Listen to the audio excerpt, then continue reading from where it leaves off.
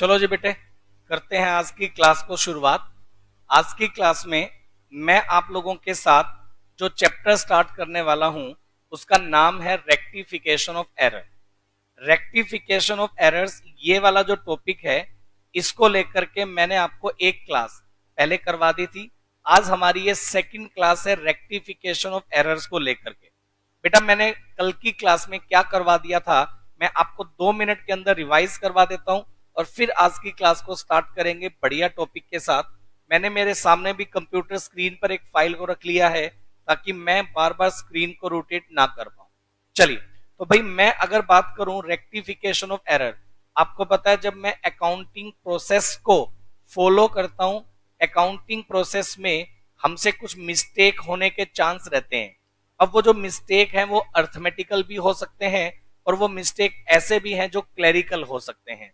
तो किस तरह के मिस्टेक होंगे, अर्थमेटिकल मिस्टेक होंगे तो कैसे डीलिंग करना है, क्लरिकल मिस्टेक होंगे तो कैसे डीलिंग करना है, वो सब बातें आज की क्लास में मैं आपके साथ डिस्कस करने वाला हूं। तो भाई मेरा जो चैप्टर है इसका नाम है रेक्टिफिकेशन ऑफ एरर।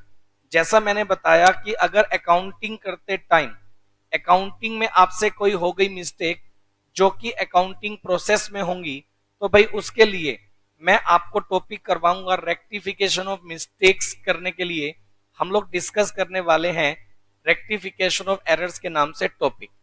जैसा मैंने आपको बताया था कि भाई अकाउंटिंग प्रोसेस जब आप बनाते हैं तो उसमें सबसे पहले अपने को बनानी है जर्नल, या तो क्या बनानी है, सब्सिडरी।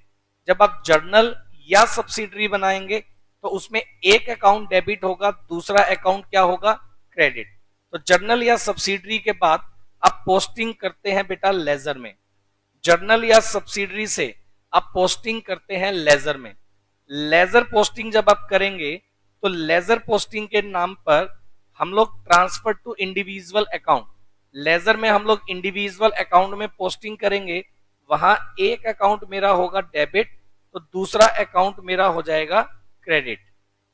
उसके बाद अर्थमेटिकल मिस्टेक को चेक करने के लिए, अर्थमेटिकल एक्यूरेसी को चेक करने के लिए हम लोग बनाते हैं अपने बुक्स में ट्रायल बैलेंस। ट्रायल बैलेंस में एक अकाउंट जितने अमाउंट से डेबिट होगा, दूसरा अकाउंट हमारा उतने ही अकाउंट से क्रेडिट होना चाहिए।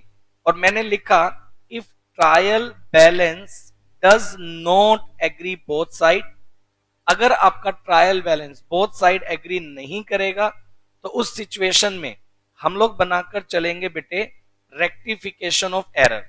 तब हम लोग रेक्टिफिकेशन ऑफ एरर का टॉपिक लेकर चलेंगे। तो भाई रेक्टिफिकेशन ऑफ एरर्स में मैं आपको बता दूं there are two types of error. आज की क्लास यहां से स्टार्ट होगी। There are two types of error. First one which do not affect the agreement of trial balance, यानी कि टू साइडेड एरर। और दूसरी errors which affect the agreement of trial balance, ऐसी एरर्स जो trial balance के agreement को affect करेंगी, उन्हें हम लोग नाम देंगे वन साइडेड एरर। इसी टॉपिक को मैं आपके साथ कंटिन्यू करूंगा बढ़िया लेवल पर। यहां मैं इस टॉपिक के नीचे कल मैंने आपको दो एग्जाम्पल बताए थे। एक एग्जाम्पल मैंने आपको बताया था टू साइडेड एरर्स को लेकर, एक एग्जाम्पल मैंने आपको बताया था वन साइडेड एरर्स को लेकर। लेकिन अगर बेटे इन सब बातों के बावजूद हम लोग अगर डिस्कस करें, सुनना मेरी बात, आज की जो क्लास है उसमें पहले मैं कंसेप्ट को लेकर चलने वाला हूं। आज की क्लास में हम लोग टाइप्स ऑफ एरर्स लिखते चलो, सब लोग अपनी नोटबुक में लिखते चलो टाइप्स ऑफ एरर्स। मैं एक बार तरीके से इसको नोट करवाऊंगा बेटे। Types of errors, types of errors में मैंने आपको बताया था आज की क्लास में थोड़ा थ्योरी वाला टॉपिक चलेगा और टाइम बचने पर हम थोड़े प्रैक्टिकल क्वेश्चंस को भी डिस्कस करेंगे। लेकिन बेटे सबसे पहली बात मैं आपको जो मानकर चल रहा हूं कि सबसे पहले हमें इसका थ्योरेटिकल कंसेप्ट जो है वो पता होना चाहिए। लिखिए, सबसे पहली बात लिखो errors, errors which do not affect the agreement of trial balance, the agreement of trial balance. आप एक बार नोट करें अपनी नोटबुक में, वो एरर्स जो आपके ट्रायल बैलेंस के एग्रीमेंट को अफेक्ट नहीं करती हैं, और मैंने बताया था उसे हमने क्या नाम दिया था, टू साइडेड एरर्स। एक बार आप नोट करो, इनके टाइप्स आज मैं एक्सप्लेन करूंगा। और दूसरी थी errors which affect the agreement of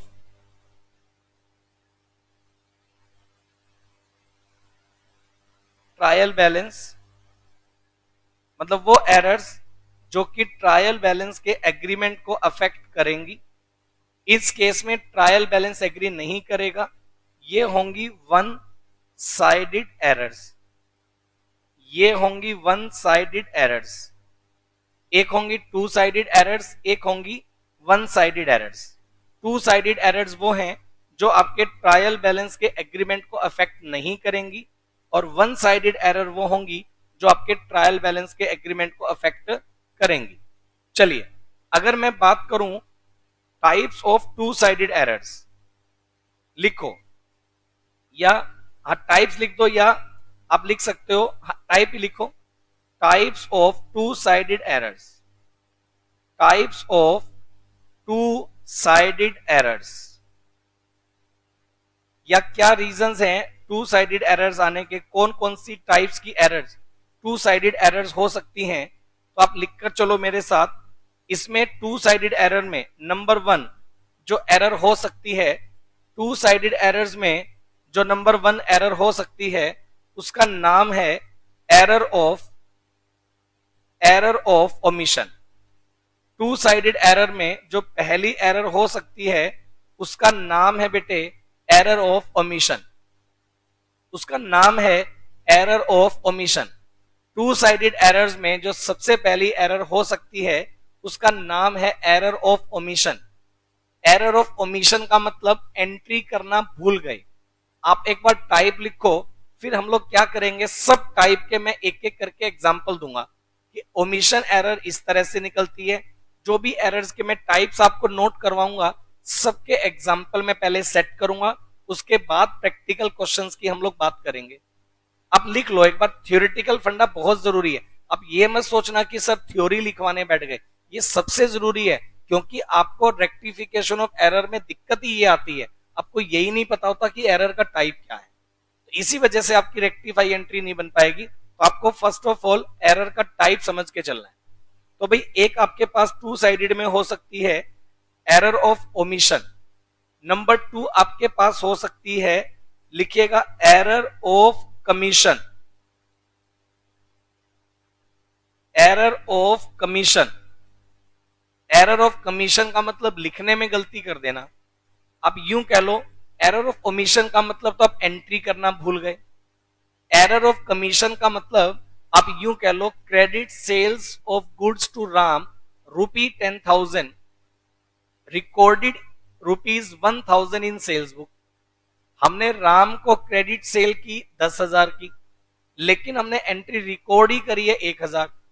मतलब जो एंट्री 10,000 से रिकॉर्ड होनी थी आपने उसमें क्या किया, 1,000 से एंट्री रिकॉर्ड कर दी। डेबिट भी 9,000 से कम है, क्रेडिट भी 9,000 से कम है, तो ऐसी एरर हमारे लिए कौन सी हो गई, एरर ऑफ कमीशन। बेटे आप लोग जो मेरे साथ क्लास कर रहे हो, आपके फीडबैक मेरे पास आते रहने चाहिए, आपके रिप्लाई मेरे पास आते रहने चाहिए कि सर आपको टॉपिक क्लियर है या नहीं है। मेरे को रिप्लाई आपके आते रहने चाहिए। जब तक रिप्लाई नहीं आएंगे तब तक मैं काम ही नहीं कर पाऊंगा। मेरे पास रिप्लाई आते रहने चाहिए आप लोगों के। Number one error of commission omission, number two error of commission. इसी का नंबर थ्री जो टाइप है वो होता है जी कंपनसेटिंग एरर। नंबर थ्री जो टाइप है उसका नाम है कंपनसेशन एरर। लिख लो आप इसको, कंपनसेशन एरर लिख लो आप। नंबर थ्री जो टाइप है वो मेरे पास है कंपनसेशन एरर।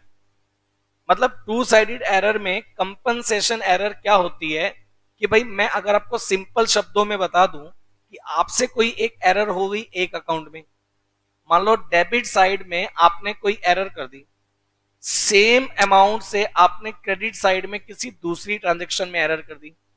मान लो एक अकाउंट को गलती से आपने 1000 कम डेबिट कर दिया, मिस्टेक हो गई, लेकिन फिर आपने आगे किसी दूसरी एंट्री में एक अकाउंट को 1000 से कम क्रेडिट भी कर दिया। मतलब एक अकाउंट के मिस्टेक का इफेक्ट अगर दूसरे अकाउंट की मिस्टेक का इफेक्ट नल्लीफाई कर दे। मतलब आपसे दो अलग अलग मिस्टेक हुई, एक मिस्टेक हो गई फिर दूसरी मिस्टेक हो गई, लेकिन एक मिस्टेक के इफेक्ट ने दूसरी मिस्टेक के इफेक्ट को जीरो कर दिया, नल्लीफाई कर दिया। ट्रायल बैलेंस फिर भी मैच कर रहा है, लेकिन दो मिस्टेक है दो अलग अलग अकाउंट में, और एक मिस्टेक का इफेक्ट दूसरी मिस्टेक का इफेक्ट नल्लीफाई कर रहा है। उस सिचुएशन को हम लोग नाम देते हैं कंपनसेशन एरर का। उस एरर को हम लोग नाम देते हैं बेटे कंपनसेशन एरर का। उस एरर को हम लोग नाम देते हैं बेटे कंपनसेशन एरर।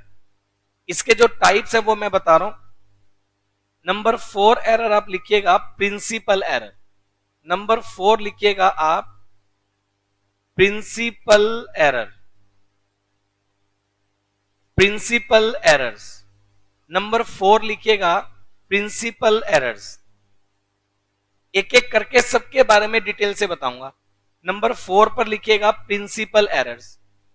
अब जो प्रिंसिपल एरर है जनरली उसके दो रीजन होते हैं, लिखिएगा when capital expenditure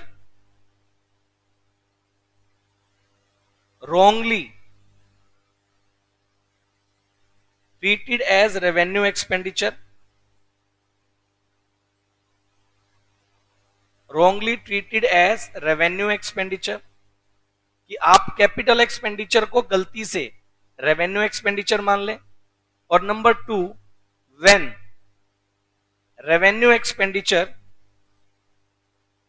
when revenue expenditure wrongly treated as capital expenditure. दो अलग अलग बातें हैं कि अगर आपने गलती से किसी कैपिटल एक्सपेंडिचर को रेवेन्यू एक्सपेंडिचर मान लिया हो, या आपने किसी कैपिटल एक्सपेंडिचर को रेवेन्यू मान लिया, या रेवेन्यू को कैपिटल एक्सपेंडिचर मान लिया। एग्जांपल दे रहा हूं, ऐसे बहुत सारे क्वेश्चंस करवाऊंगा। Wages paid for installation of machinery debited to wages account. अगर आप मशीनरी इंस्टॉल करने के लिए वेजेस पेड करते हैं तो बेटे मशीनरी अकाउंट डेबिट होता है, क्योंकि उसका नेचर कैपिटल नेचर एक्सपेंडिचर है। ऐसा मैंने आपको कैपिटल एंड रेवेन्यू आइटम वाले चैप्टर में पढ़ा दिया, लेकिन हमने गलती से उसको क्या मान लिया, रेवेन्यू एक्सपेंडिचर। हमने जहां मशीनरी डेबिट करना था वहां हमने बाय रॉन्गली वेजेस को डेबिट कर दिया। अब अकाउंट तो डेबिट हो गया, लेकिन डेबिट होना था मशीनरी, डेबिट कर दिया वेजेस। मतलब जहां कैपिटल एक्सपेंडिचर डेबिट होना था वहां आपने रेवेन्यू एक्सपेंडिचर कर दिया, या इसका उल्टा भी हो सकता है। तो मतलब ये कि मुद्दा क्या है कि अगर प्रिंसिपल एरर का मतलब ये है कि जिसमें आपको बेसिक लॉजिक नहीं पता कि किस एक्सपेंस को करने पर कौन सा अकाउंट होगा डेबिट या क्या होगा क्रेडिट, अगर आपको बेसिक नॉलेज नहीं है तो उस एरर का नाम होता है बेटा प्रिंसिपल एरर। मैं आपको वो एरर्स बता रहा हूं बेटे जिन एरर्स के होने के बावजूद आपका trial balance both side agree करेगा, मैं आपको वो बता रहा हूं। सही है। एरर ऑफ ओमिशन होगा, कंप्लीट ओमिशन की बात है यहां, बल्कि लिख लो आप, एरर ऑफ ओमिशन में कंप्लीट ओमिशन की बात है। एरर ऑफ कमीशन हो सकता है, कंपनसेटिंग एरर हो सकता है, प्रिंसिपल एरर हो सकता है। ये वो सब केसेस हैं, इन केसेस में आपका ट्रायल बैलेंस एग्री करेगा। ये बात आप मानकर चलो, ये एरर ट्रायल बैलेंस से डिस्क्लोज नहीं होंगी। इन एरर्स के होने के बावजूद आपका जो ट्रायल है वो बोथ साइड मैच कर रहा होगा। और एक है error of posting in wrong account, errors of posting in wrong account. मैं ये सब बातें आप लोगों के साथ एक एक करके डिस्कस करूंगा बेटे।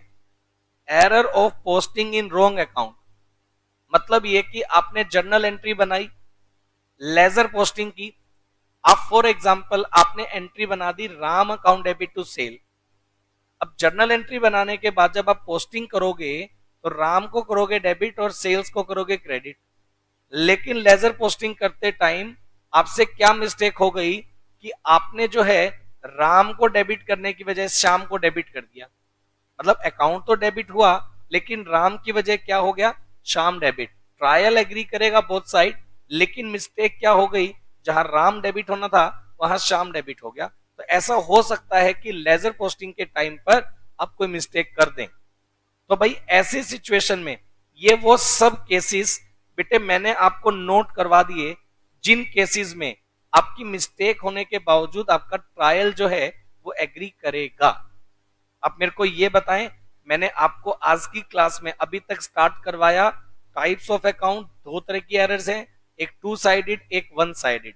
टू साइडेड एरर्स के केस में आपका ट्रायल बैलेंस एग्री करेगा। तो मैंने आपको बताया वो सारी एरर्स जिनके होने से ट्रायल बैलेंस के एग्रीमेंट पर कोई इफेक्ट नहीं पड़ रहा।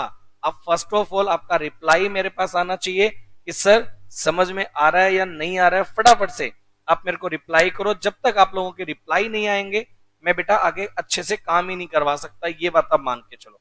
आपके रिप्लाई आना बहुत ज्यादा जरूरी है। मैं रिप्लाईज का वेट कर रहा हूं, उसके बाद आगे लिखवाऊंगा। मैं रिप्लाई का वेट कर रहा हूं, उसके बाद आगे नोट करवाऊंगा।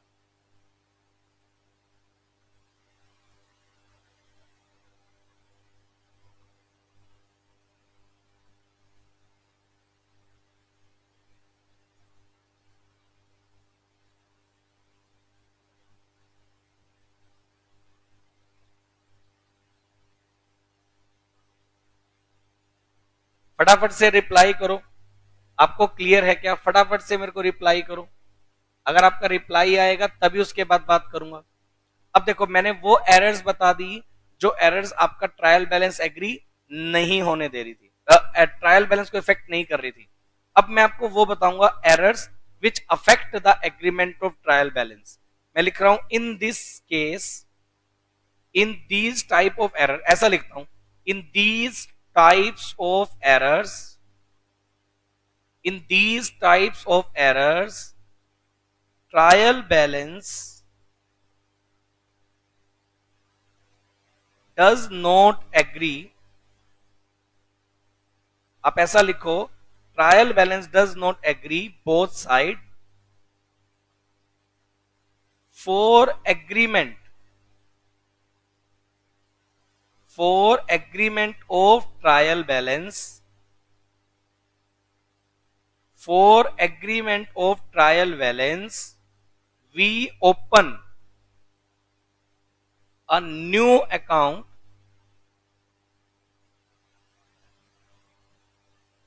suspense account,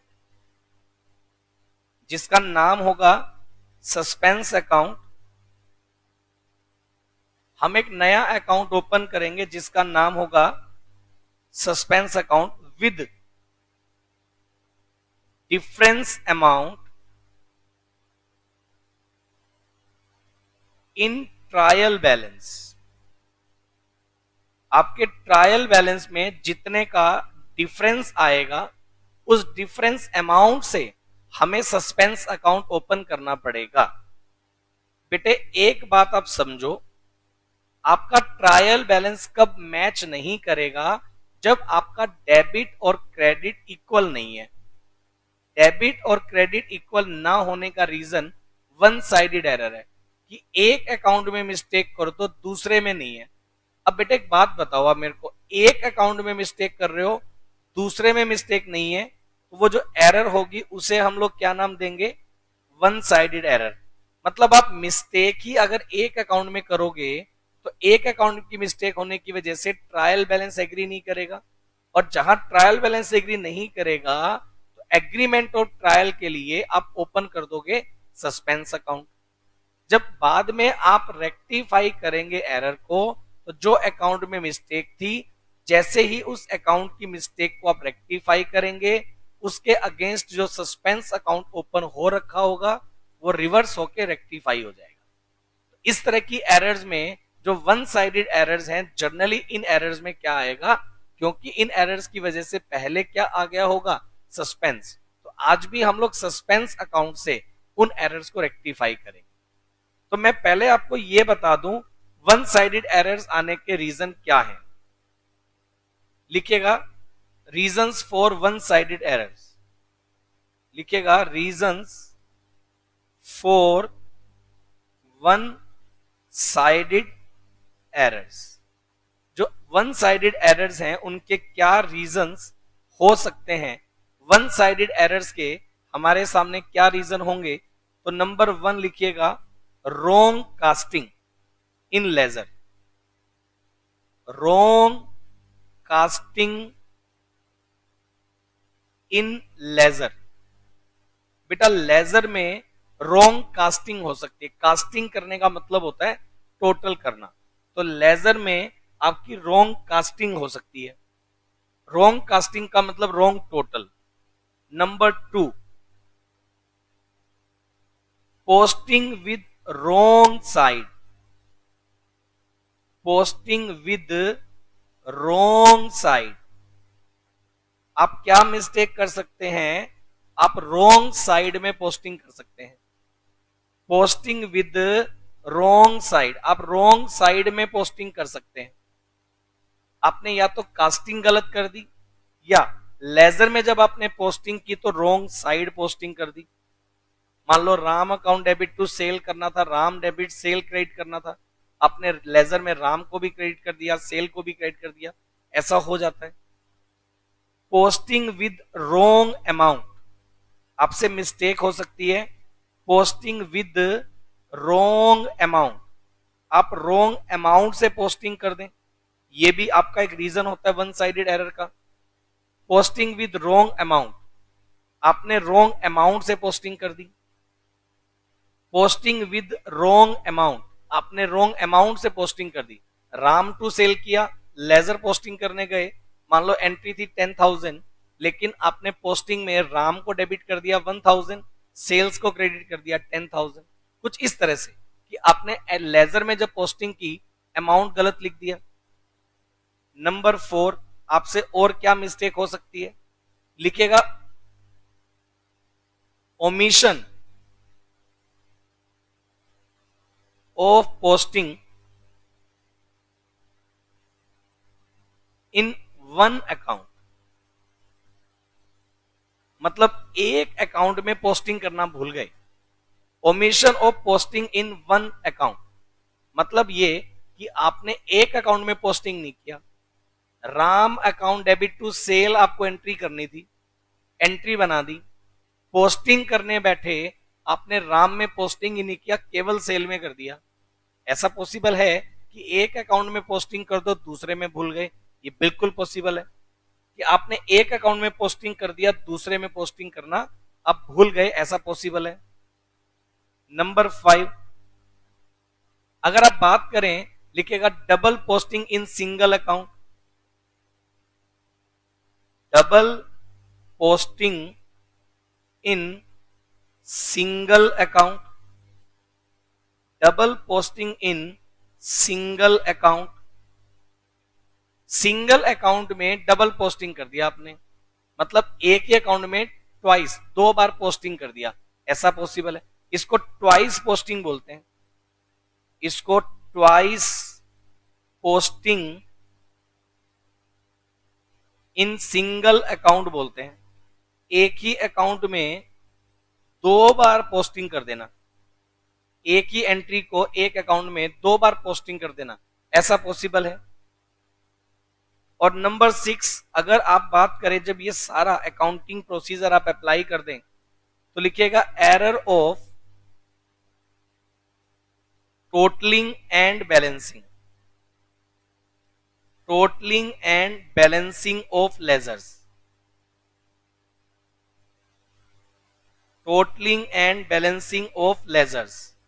जब ये सारी अकाउंटिंग आप लेजर्स में पोस्टिंग करेंगे और लेजर्स के जब टोटल निकल कर आएंगे, अगर उन टोटलिंग में कोई मिस्टेक आपसे हो गई है तो भाई वो भी, या आपसे बैलेंसिंग करते टाइम कोई मिस्टेक हो गई है तो भाई उसे हम लोग नाम देंगे, वन साइडेड एरर्स, ये कुछ ऐसी एरर्स हैं जो आपका ट्रायल बैलेंस एग्री नहीं होने देंगी।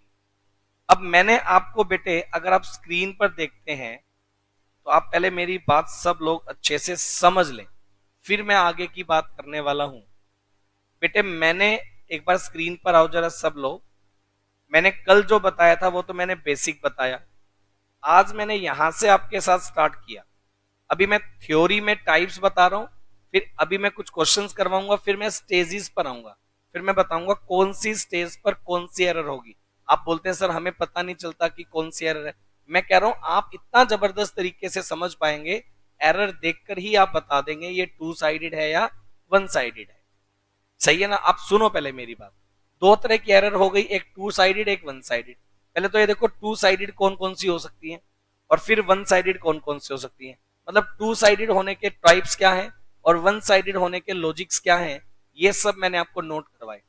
टू साइडेड में मेरे पास एरर ऑफ ओमिशन है, एरर ऑफ कमीशन है, कंपनसेशन एरर है और प्रिंसिपल एरर है।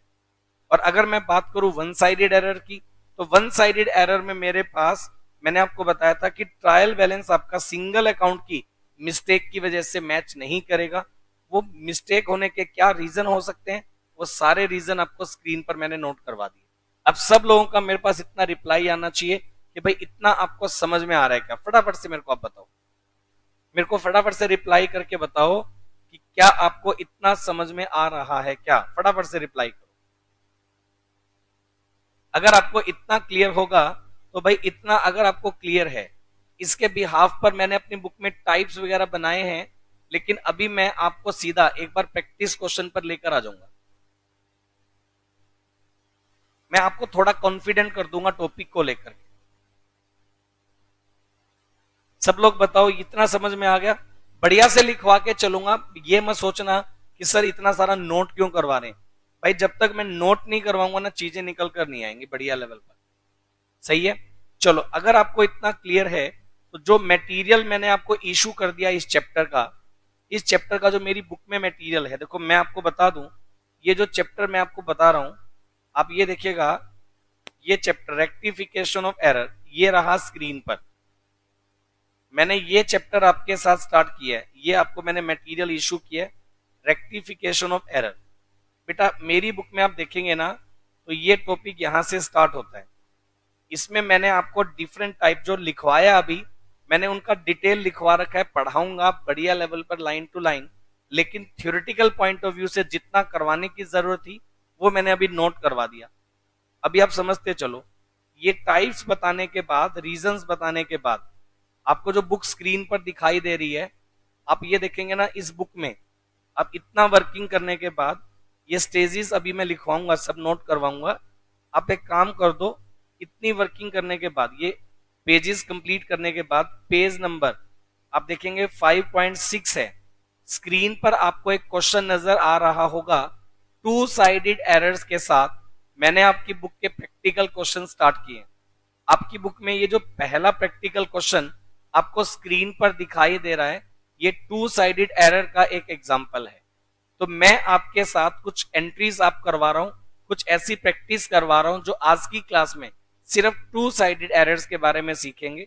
और मैं ऐसा मानता हूं कि two sided errors comparatively easy हैं by the way of one sided errors. One sided errors पे थोड़ा अच्छे से काम करेंगे, लेकिन पहले हम लोग टू साइडेड एरर्स की बात करेंगे। टू साइडेड एरर्स में मैंने आप लोगों को बता दिया कि किस तरह की एरर्स हो सकती हैं, थ्योरेटिकली मैंने नोट करवा दिया था, लेकिन आप सबके पास ये मटेरियल है, स्क्रीन पर मैंने क्वेश्चन रख दिया था। अब मैं ये चाहूंगा कि अगर किसी बच्चे के पास बुक नहीं है तो वो इसको नोट कर ले फटाफट से स्क्रीन पॉज करके, और अगर बुक है तो फिर इसके अकॉर्डिंग चलता रहे। तो मैं ये वाली जो बुक है उससे करवा रहा हूं। अब आप देखोगे इस क्वेश्चन में 7 एंट्रीज आपको दी गई हैं। अब मैं ये 7 एंट्रीज 1 to 1 आपके साथ रीडिंग करूंगा और मैं आपको इसकी जर्नल एंट्री बनाकर दूंगा कि क्या जर्नल एंट्री इसमें बननी चाहिए। सही बात है? जबकि मेरी बुक में ये क्वेश्चन सोल्ड है, लेकिन हम प्रैक्टिस में मैं बताऊंगा कैसे इसको करना है। चलें फिर करें स्टार्ट। सुनो, जल्दीबाजी कोई नहीं करनी है, पहले चीजों को समझ के चलना।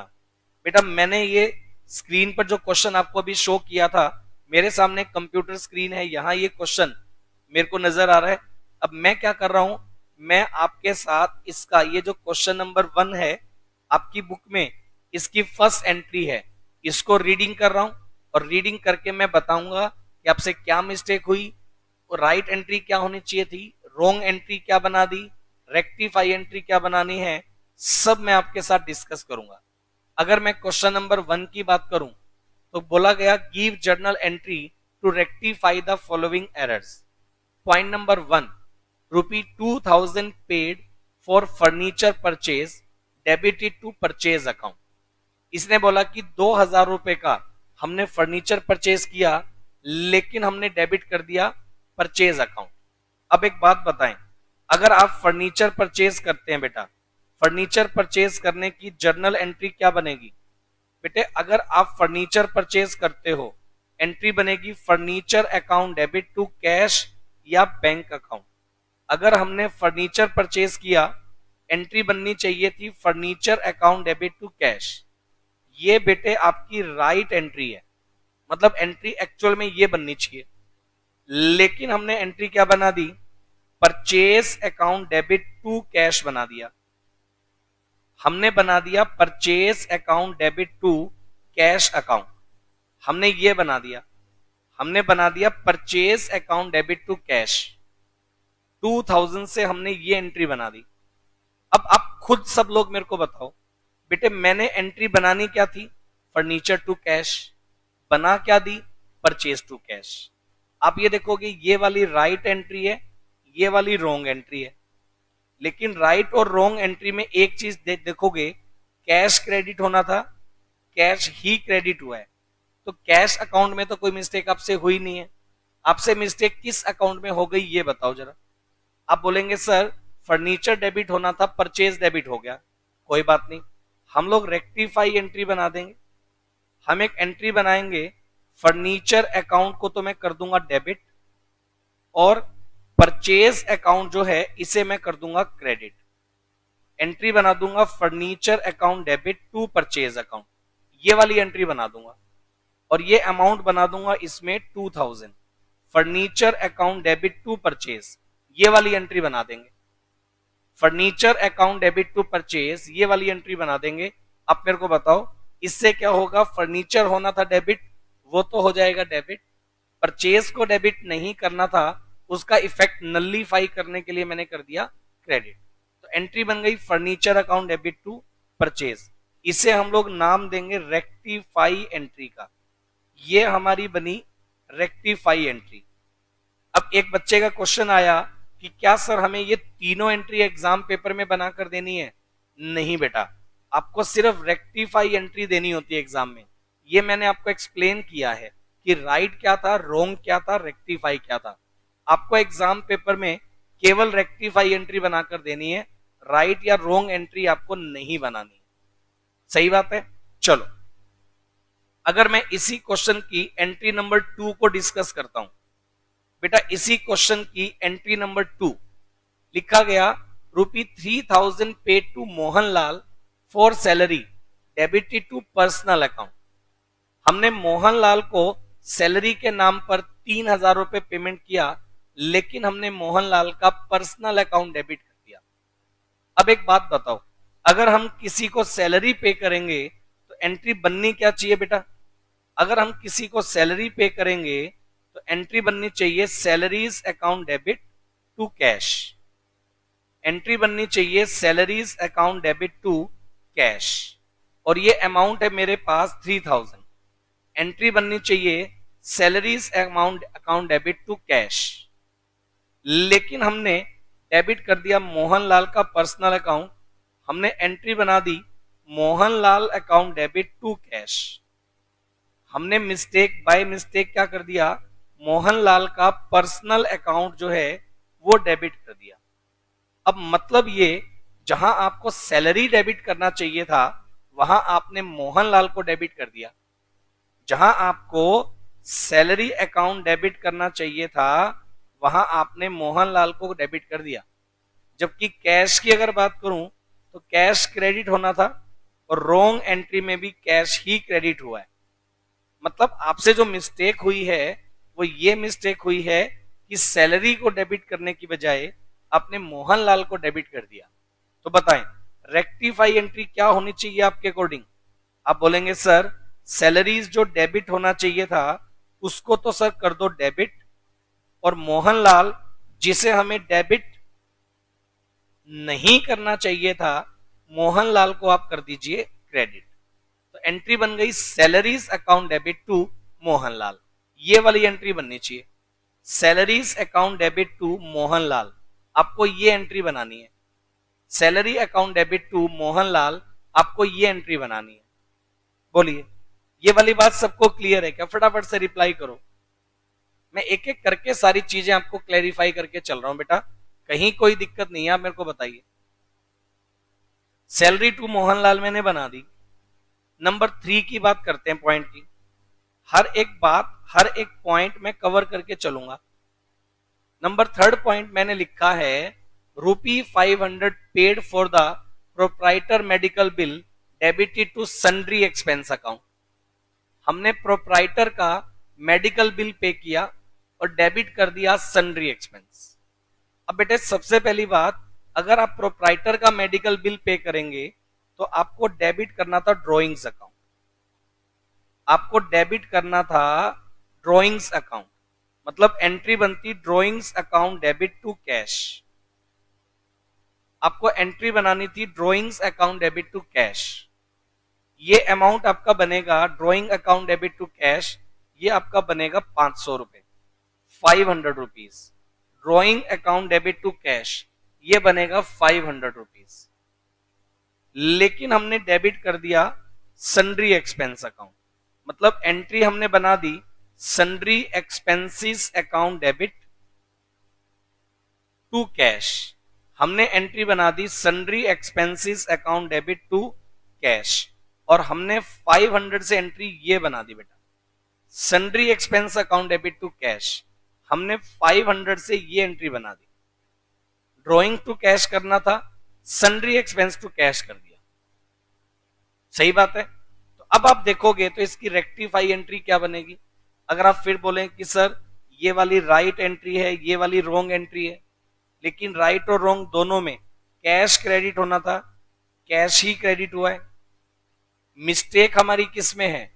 जहां ड्रॉइंग डेबिट होना था वहां हमने सन्ड्री एक्सपेंस को डेबिट कर दिया। तो भाई आपकी रेक्टिफाई एंट्री क्या बनेगी? रेक्टिफाई एंट्री बन जाएगी ड्रॉइंग्स को तो डेबिट कर दो और जो सन्ड्री एक्सपेंस अकाउंट है इसे आप क्रेडिट कर दो। एंट्री बन जाएगी drawings account debit to sundry expense account, ये रेक्टिफाई एंट्री आपकी बनेगी। ड्रॉइंग टू सन्ड्री एक्सपेंस ये वाली रेक्टिफाई एंट्री बनेगी। इतना बताओ जरा, सब लोग इतना क्लियर है क्या? सही बात है ना? चलो इसी के जस्ट बाद अगर मैं प्रैक्टिस में लेकर चलूं फोर्थ एंट्री एक बार के लिए। आप बोलेंगे सर फोर्थ एंट्री क्या? फोर्थ एंट्री में लिखा है typewriter of ₹7500 has been wrongly passed in purchase book. हमने कोई टाइपराइटर परचेज किया और उसकी एंट्री परचेज बुक में कर दी। पहली बात तो ये समझो परचेज बुक में एंट्री तब होती है जब एंट्री उधार में परचेज की गई हो, मतलब हमने टाइपराइटर भी उधार में परचेज किया होगा। एक तो पहली बात तो यही है। तो अगर टाइपराइटर आप परचेज करते हो तो टाइपराइटर के लिए एंट्री बननी चाहिए थी typewriter account debit to supplier account. आप बोलेंगे सर टाइपराइटर के लिए ऑफिस इक्विपमेंट अकाउंट लिख सकते हैं, वो भी लिख सकते हो। अगर आप लिखना चाहो ऑफिस इक्विपमेंट अकाउंट आप वो भी लिख सकते हो।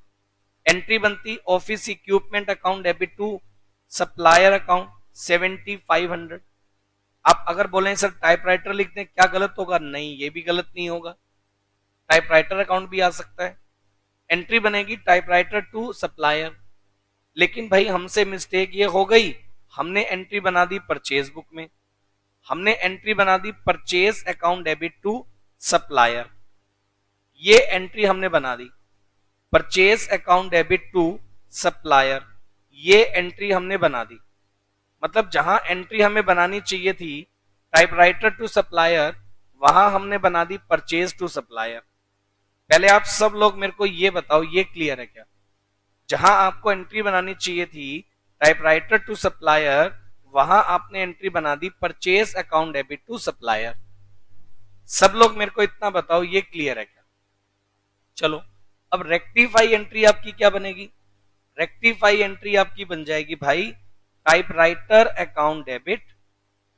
रेक्टिफाई एंट्री बन जाएगी typewriter account debit to purchase account.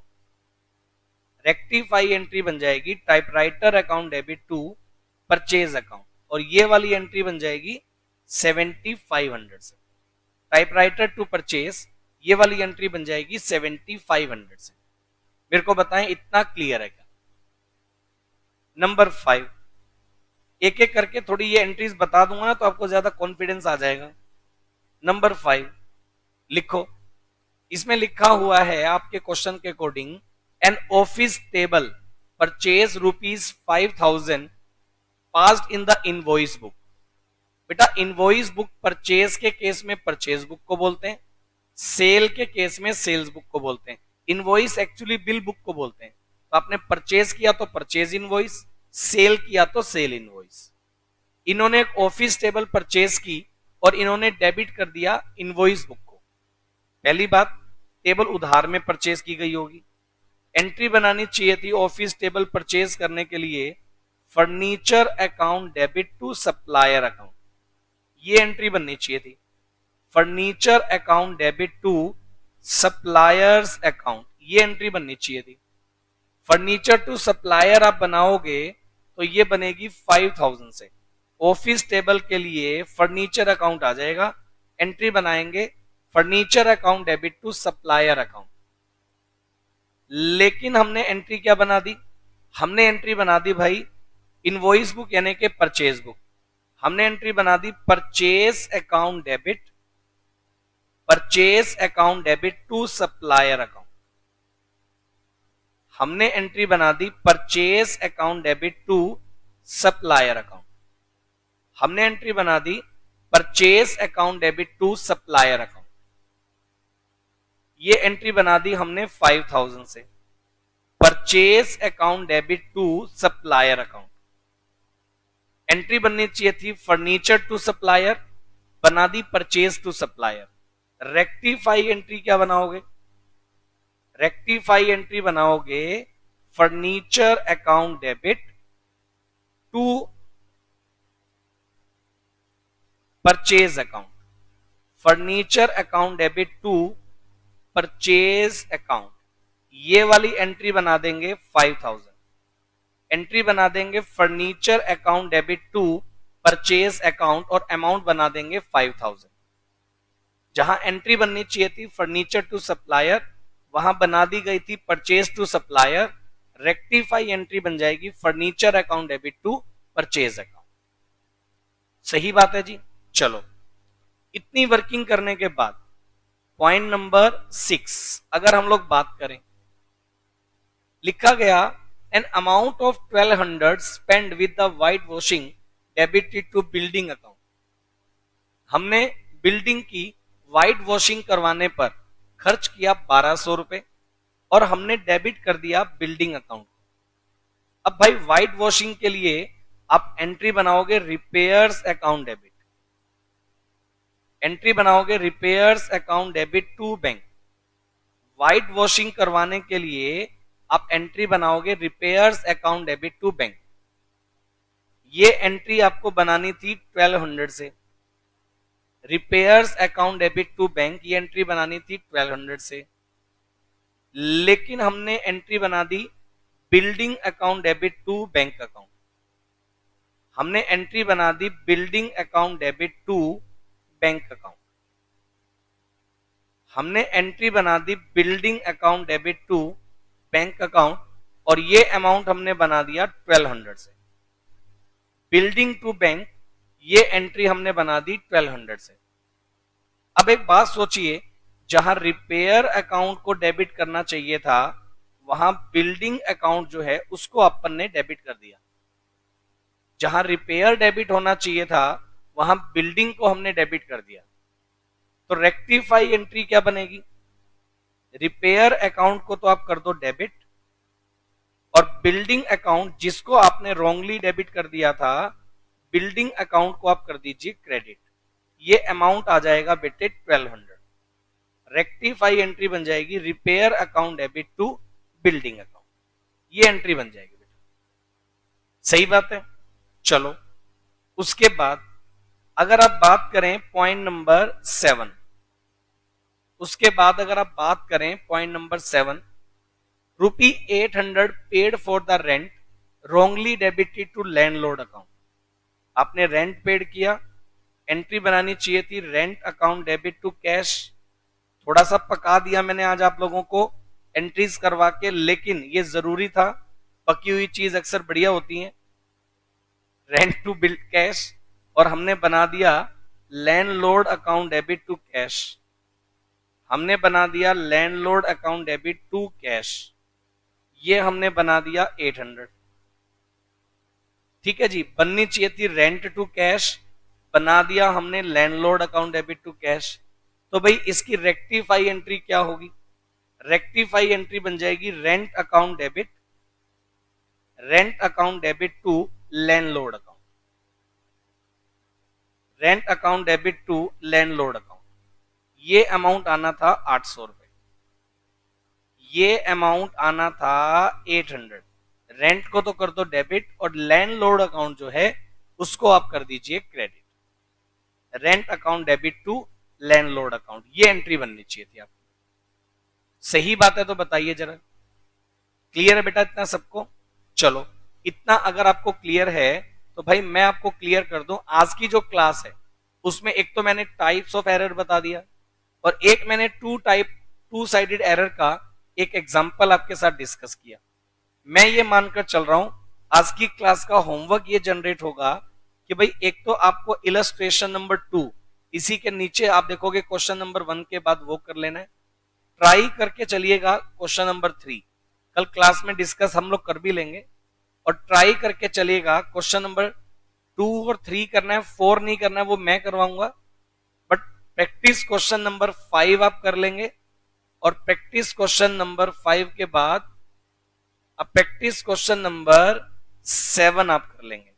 मैंने 2, 3, 5 और 7 ये क्वेश्चन आपको करने के लिए दिए हैं। अब सबसे पहले ये करेंगे, बीच के जो क्वेश्चन मैंने रोक दिए उनकी प्रैक्टिस मैं क्लास में आपके साथ डिस्कस करूंगा। आज की क्लास में इतना काम करते हैं, कल की क्लास में फिर आगे बने रहेंगे अगले टॉपिक के साथ। Thank you so much, tata bye bye, कल मिलते हैं अगले टॉपिक के साथ। ठीक है जी।